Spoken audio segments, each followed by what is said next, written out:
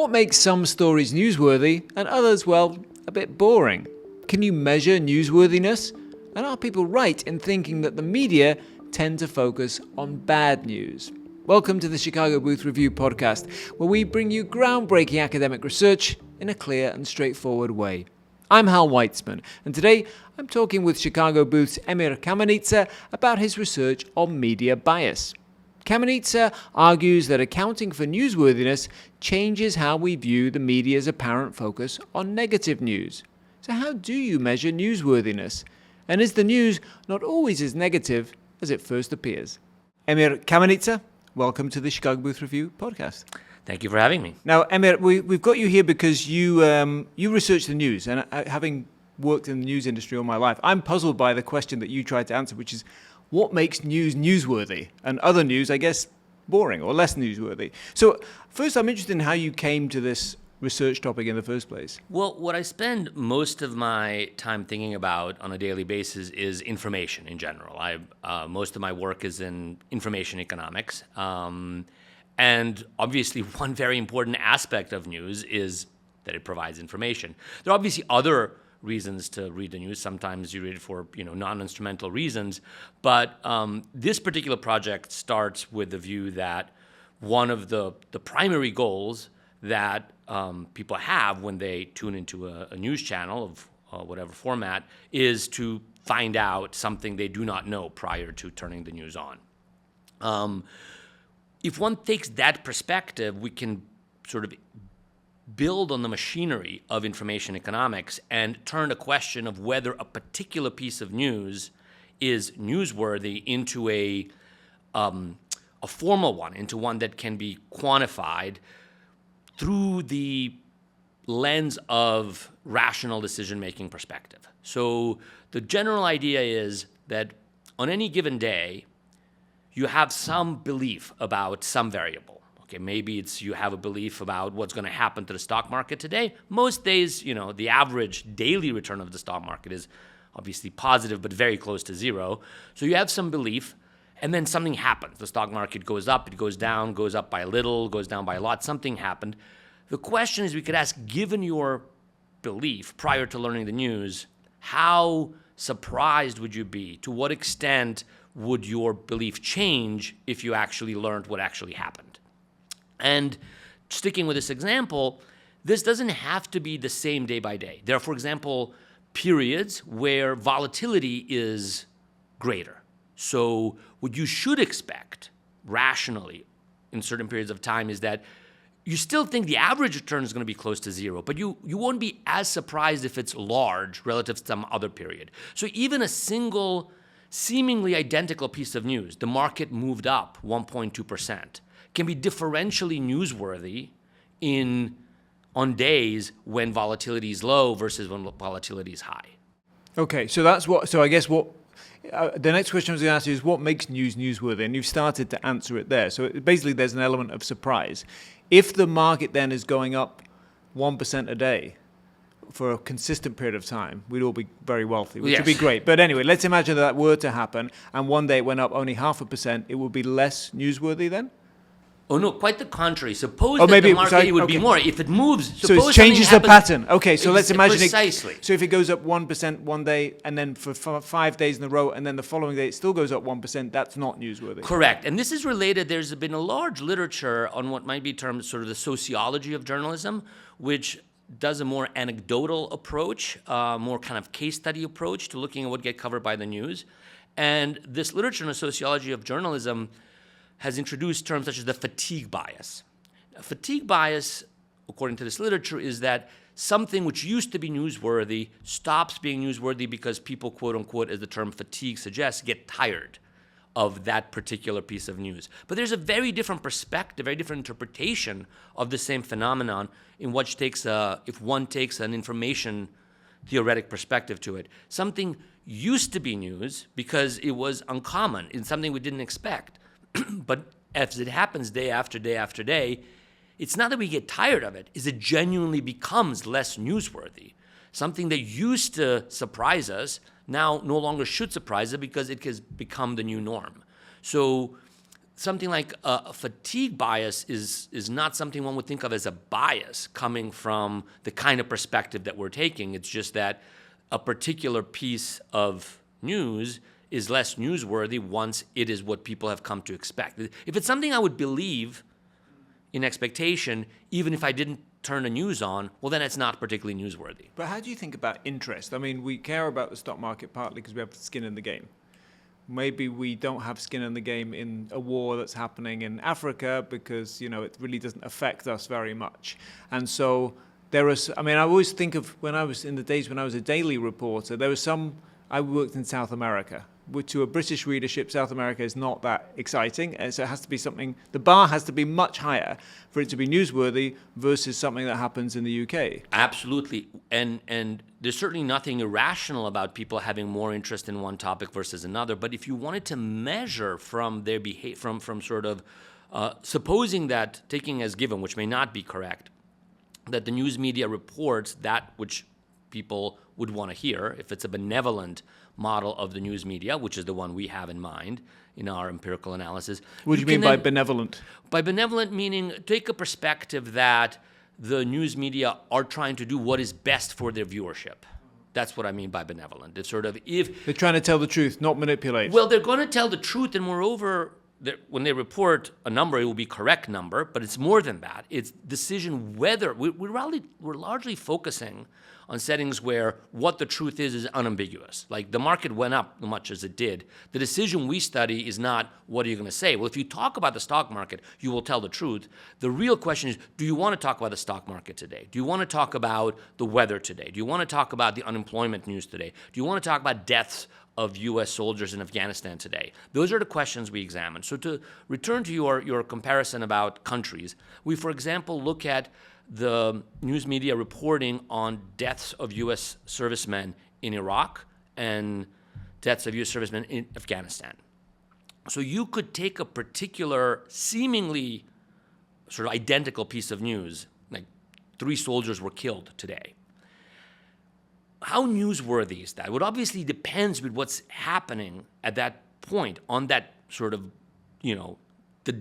as of that morning, but when you don't know what's going to happen that day, there are days when 3 soldiers being killed is absolutely dramatic, unexpected news. And there are days during certain periods of war where, sad though it may be, you're not that shocked to learn that 3 soldiers might have been killed. So we, for example, compare seeming presence of bias of the kind that you describe by comparing Iraq and Afghanistan. And if you just look at the data naively, you might think that there's actually a difference in the likelihood that the media report on deaths in one country versus another. But if you look at the data more carefully through the lens of a model that takes into account sort of what the expectations were every morning and then what was reported in the evening, that seeming difference in the way Iraq and Afghanistan are treated disappears.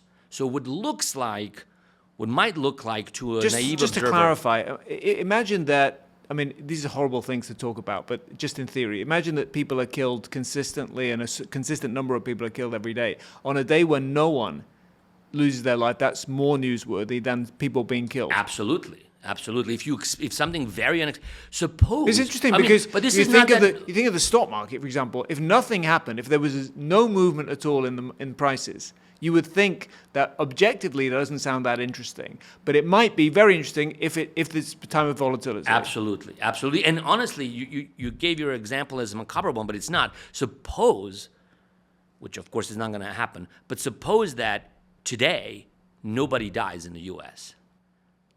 That would be an absolutely dramatic, unexpected, wild, crazy thing that if a news agency learned that 0 people died today, you'd think that would be probably one of the biggest frontline users. Like, we have no idea how this happened. It's completely implausible. So no one dying, of course, can be a bigger piece of news. Sounds like the premise of a movie. We should write that one. Does actually sound like a pretty good premise. Okay, so how do you tell us how you measure this? You're obviously an economist. You're interested in measurement. How do you measure this newsworthiness then? So we start from a perspective that there is a decision maker that is in the audience and has some belief about an unknown state of the world. And then we look at various examples of what the state of the world would be. One application, the state of the world is the movement of the stock market. Another application, it's the unemployment rate that gets released by Bureau of Labor Statistics. In another application, it's the extent of precipitation. In another one, it's death of U.S. soldiers in Iraq and Afghanistan. So you start with some prior, and what this prior is, you can learn various ways. You can motivate it theoretically. For instance, if you're interested in the prior for the stock market movement, you can actually learn something about volatility from price of certain financial instruments. Or you could just take a purely statistical approach and saying, look, given the pattern in past data, what would be a reasonable thing to expect will happen today?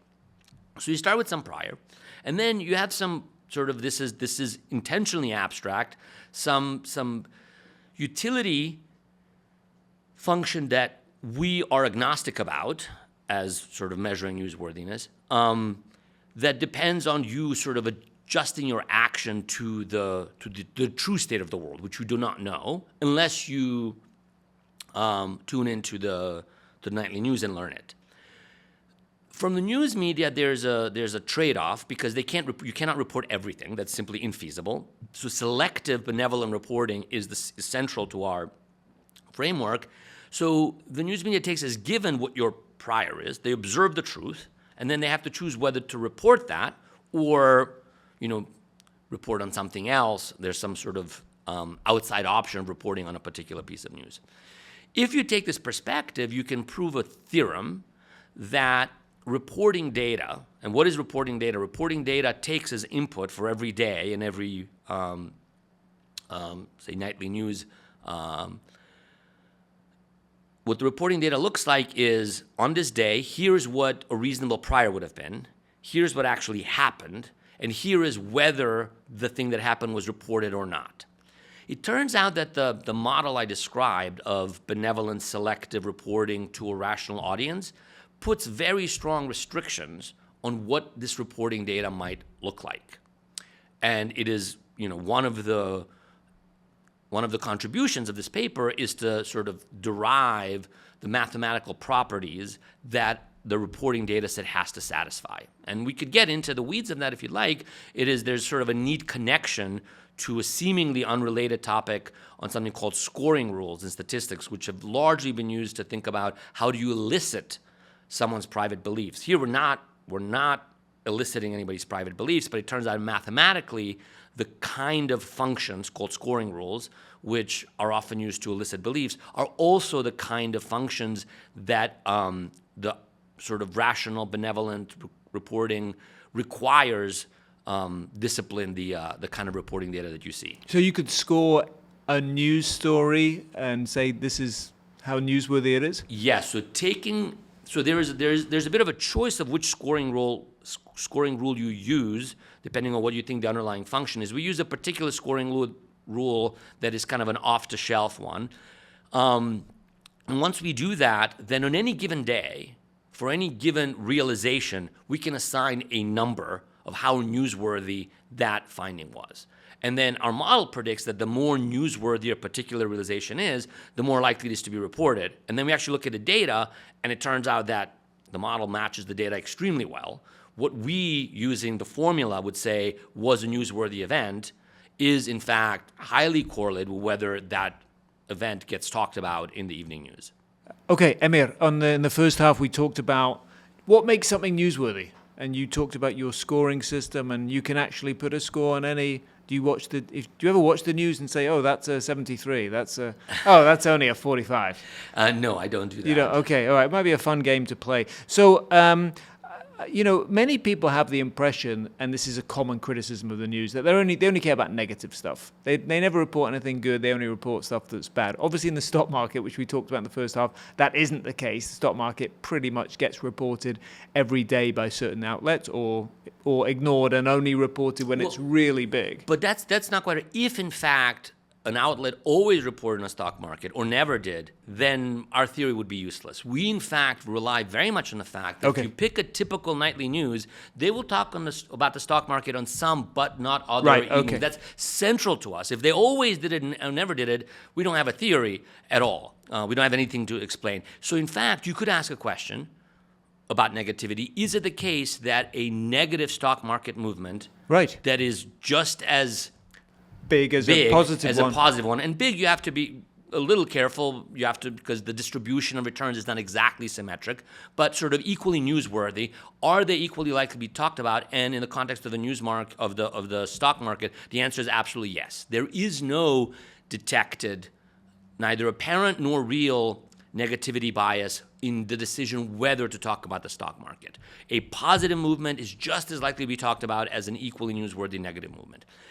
By contrast, we look at whether unemployment news is reported. And if you look at that data naively, you might detect something that looks like negativity bias. You might think that when there is a weekly negative movement, meaning the interest rate, the unemployment rate goes up, that's negative news, unemployment rate has gotten worse, that does get talked about more, it's more likely to be reported than when the news is positive, the unemployment has come down. So if you just did a simple, let's look at the negative news and a positive news, it looks like negative news gets talked about more.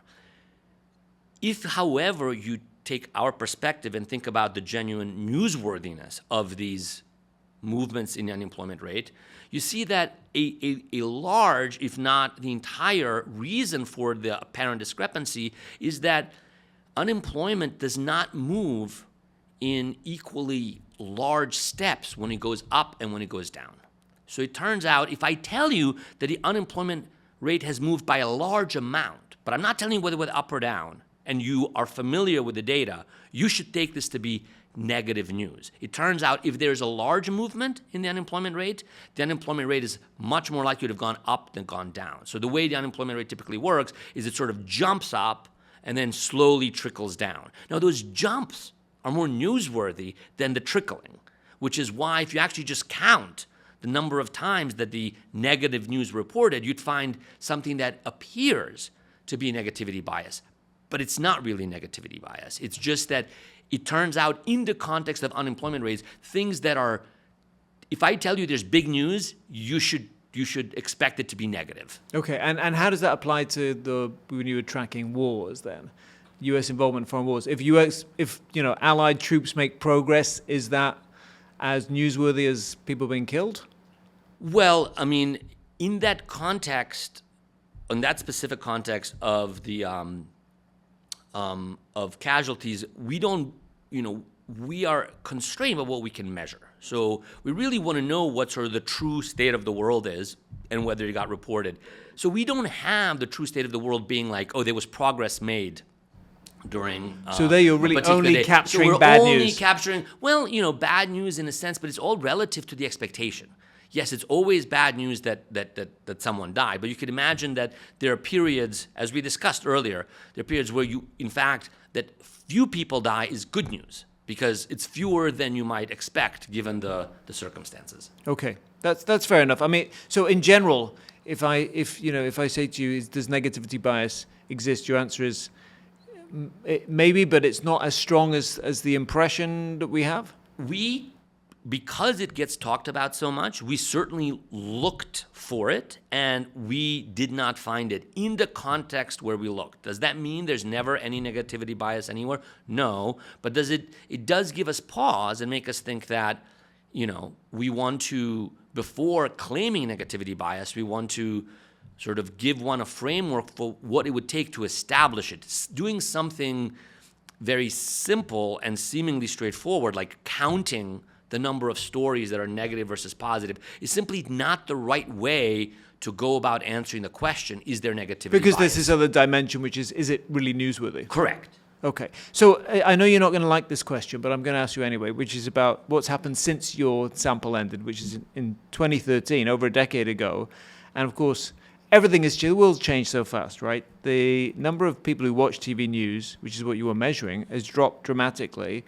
I think there's a significant number of proportion of the population that never watches TV news. They get their news from social media. There's no objectivity. There's no benign, what did you call it? Benign news editor, whatever, choosing what's newsworthy. There's no balance. There's no fact checking. There's no accuracy. Nobody cares. It's the whole point of social media is to rile people up and get them energized. You made a lot of claims there, which I think could be explored by collecting the data on what exactly is being reported. And we don't find in any way a shortcoming of the paper that we don't analyze all of those other news outlets or all the possible periods of history, including more recent and more distant in the past. What we really want to do in this paper is provide a framework for how a researcher who wants to ask the kind of questions you're asking, like, for instance, is there more negativity bias or is there more coverage of one topic versus another? What is the right way to go about answering that question? What kind of data do you need? And what are the ways in which you want to analyze that data? We really think of our paper as providing a tool that can be applied to any period of time and any particular form of news. So I think what you're asking here is you're sort of advertising, asking people to work on those papers. Well, and I'd love it if they would do it. I'm just wondering if the algorithm is now that takes the place of the editor, where the algorithm is choosing what you see, and then the algorithm may or may not be well approximated by what the readership wants. And the readership very well may want to be told only things that they did not already expect. So it is not clear, if I were designing an algorithm, that I would want to do something other than report on a piece of news when it is newsworthy. Well, we'll leave that as open for other researchers then to come and tell us what they're finding out. But it is interesting. I mean, there is an extension of your work here, because maybe the algorithm is the editor, maybe it's not, but the user, the reader, the viewer is still making choices, right, about what they are going to look at. And they are time constrained. They're having to decide what is more interesting to them. Oh, absolutely. And my co-authors on this paper are some of the world experts on precisely that dimension. In their previous work, Matthew Jenska and Jesse Shapiro have done absolutely foundational work studying the decision by the readership which news source to consume. So, this is certainly an important topic and one that, has been looked at. Okay, so I'm just wondering, do you think we can conclude from your research that for those who are still watching TV news at least, it's less biased than we used to think, or than most people think?